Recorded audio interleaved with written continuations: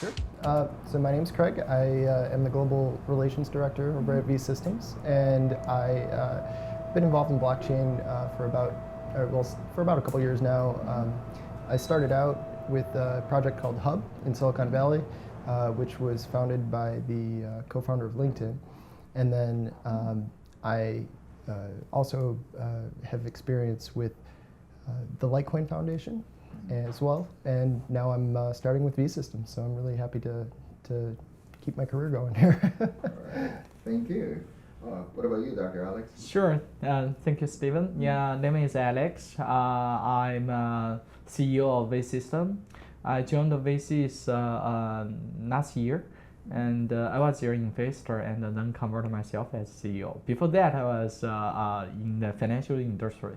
I had 12 years in the investment bank like UBS, Nomura. I was a trader there, and then I started my own virtual capitals with like more than 30 startups in my portfolio, and most of them are doing well.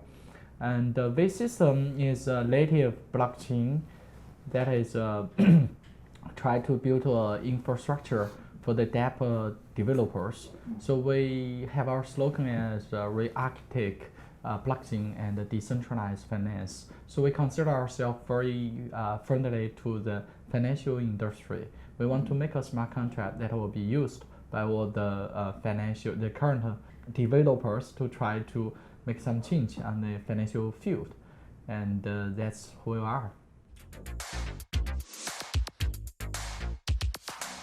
Sure. So Sunny King was obviously a very legendary blockchain developer who developed POS, consensus mechanism, with PureCoin, and then this is his third project is more of a DPoS type project, except it's a little bit different, and it's called an SPoS project. So the Alex, do you want to? Sure. Maybe. Yeah. So as Craig mentioned, right, Sunny is a legendary developer in the early days of blockchain. He inspired many people, like even Vitalik. So Vitalik call him the single most original altcoin developer out there. Okay. Yeah. So, but in his previous work in PureCoin and PureCoin, both of the works are excellent ones. They used to be ranked top 10 in the world. For PureCoin was top 3. And this time with his return on the system, we try to make not only just a currency, but more like an infrastructure platform. So we will have our own currency, of course, our own coins, but we will also have our smart contract that enable others to build a project on top. And we will have a decentralized database so that people wouldn't worry too much how to put their data on the on-chain. So that's where we're trying to build for. Sure, I'll give it a try. So the proof of stake was originally designed by Sunny King and implemented in the PureCoin. Right. And this time, Sunny King came up with this next generation of consensus, which is called a Supernode proof of stake. So in order to make the blockchain more scalable, more efficient, he came up with that each block will be minted by one supernodes. I think he pretty much got some inspiration from the mining pool of Bitcoin. So right now, we all know Bitcoin is considered as the most decentralized blockchain out there. However, we all know that Bitcoin was dominated by a few mining pools, right? So instead of try to have a group of miners, he think for the proof of stake, we might start with a few supernodes that will do the job more efficiently. But the way he designed it is also will enable each coin holder still able to enjoy the minting reward. So still keep the majority of the proof of stake benefits, but make it more scalable and more efficient. Sure. Yeah, I can take that. So the SPoS minting system is designed to, so how it works is that there's a group of supernodes. Right now we have 15. It will scale to 30 and then 60. And each coin holder will take their coins and delegate them or stake them. We call it leasing to the supernode. That supernode then retains their minting rights and then can produce blocks on the blockchain. And when they produce the blocks, obviously there's a reward, and that reward goes back to the supernode, and they only keep about 20% of it. A majority of the reward actually goes straight back to the coin holders, so they get about 80%, which turns out to be about a 17% ROI for the coin holder themselves. Okay, that is taken care of. Even half of them offline, or still can keep our blockchain ongoing very safely as long as there are still nodes. If they can do their job, first of all these super nodes have one full nodes as a backup. If there's a malfunction, the backup will come up and do the job. If both of them happen to fail, then the next super nodes will actually find out and keep the blockchain going. So there's no problem that we can keep it going in a regular basis. And it has been live since end of last year, and it has never been stopped once. Sure. Our smart contract to begin with is not a Turing complete. We don't think it's necessary to make it for everyone. We're gonna tailor-made it for the financial decentralized financial developers to be able to generate tokens with an open book, meaning they can have an upper limit for their token, the size of a token, and they don't have to issue everything they want, and they can, for any time, they can actually buy back and destroy the token.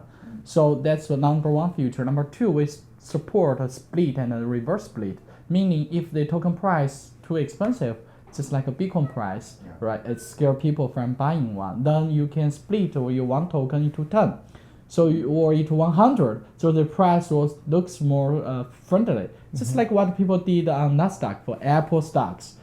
Or if your token price goes to a very junk price, then you can aggregate 10 into 1 or 100 into 1. So you can normalize your price that will come back as a normal one. So that kind of split and reverse split will support. So you can see we'll make it a very much friendly for what they practice in the financial field. And you mentioned our roadmap. In the coming release, so we're gonna release smart contract in the coming months, but in the coming year, we're gonna build our smart contract more with more functions like deposit account, contractual, functional, the contracts can call each other, and we will also build sidechain and cross-chain when the ecosystem starts to pick up. And on the other hand, we always wanted to build a decentralized database, so the developers don't have to worry about how to store or read or write into the data on-chain. And we're also gonna support indexing and sorting of data on the blockchain, sort of like a Google on blockchain. Yeah, the logic is like this. So when Apple price, when the stock of Apple goes to like $500 US, that will make it psychologically hard for people to buy one. Right. Just like a Bitcoin, when you told people that Bitcoin price is less than $1, they said, wow, it's too expensive. So there were proposals that people want to make a Bitcoin in another units. But so here we try to do the similar practice as what they have done for Apple stock. So you split one stock into 10, so make the price looks more familiar, more friendly. Okay. So people start to look into that. They actually do something about it instead of be scared away. So that's not going to change the fundamental of the tokens. It's just a way they practice that people use it on the stock market. The market cap for Bitcoin is about 90 billion or 80 billion, something like that. Yeah. But to replicate the hash power for Bitcoin, gonna cost you about 7 billion. So about 10% of a Bitcoin's market cap, you can by all the miners, you can put all the miners together, then to might have a 51% attack, have a chance to attack the POW, Bitcoins. However, you think from the, proof of stake, especially supernode proof of stake, SPoS, you need to actually at least control half of the supernodes. That you need to buy the coins. When you start to buy the coins, the coin price will go up. Okay. So you need to not only cost you more than half of the current markup. When you start to buy the coins, it will make it harder and harder if you buy more. So that eventually it will cost more than 50% of the current market cap to try to attack a proof of stake. So in terms of the market cap percentage, the resources you need, proof of stake is much more resistant than proof of W. Right. So I think you explained about like proof of stakes. So how about like SPoS? Sure. Supernodes, it has like a 15 community. You can think it as a community. Right. We have a partnership with Kobo Wallet. It's one of the largest wallet in China, and with Hashkey, and with ZB.com, and Stake US gonna be another one, and Huobi mining is joining us as well. They're already on the candidates list. So we'll have a bunch of industry pillars will join us. So for you, it's not a matter of money, right? It's a matter of they put they are serious player in the industry. They themselves wouldn't want to ruin, what we're building here. Right. But we don't really count on that, right? What really matters is still, in the end of the day, is the staking. So they will put another layer of this trust, to as a supernodes. You need to behave.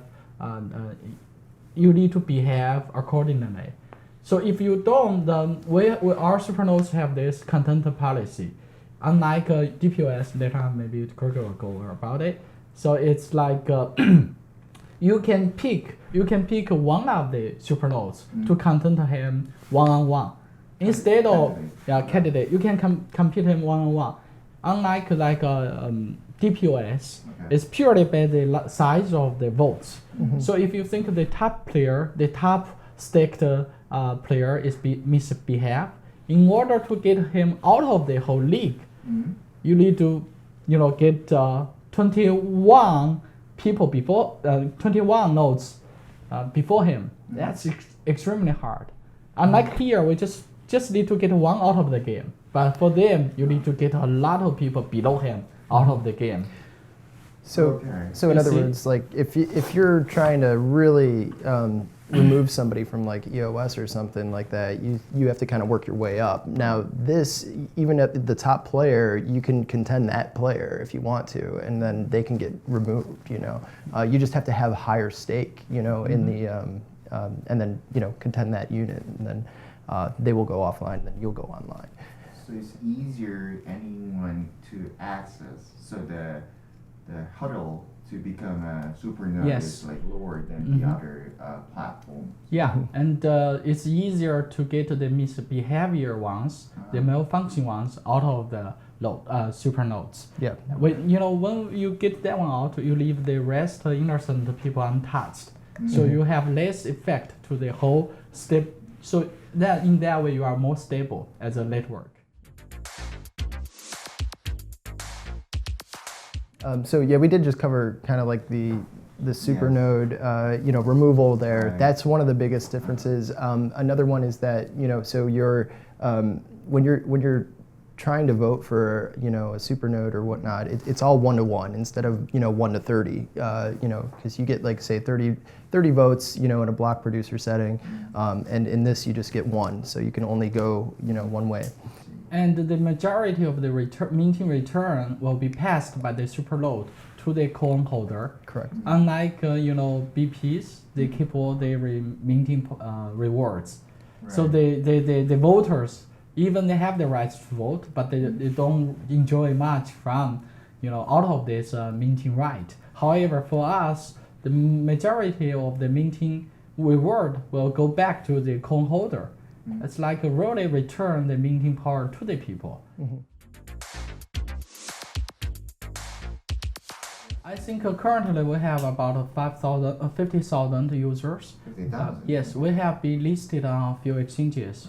Right. We have our global launch on Bitfinex, then KuCoin, ZB, BGoGo, Bitforest, Coinwo, and a bunch of them. Yeah. Right. And Yeah. how many was it? Like 11? Yeah, about 11, and there are a few other unnamed. Yeah.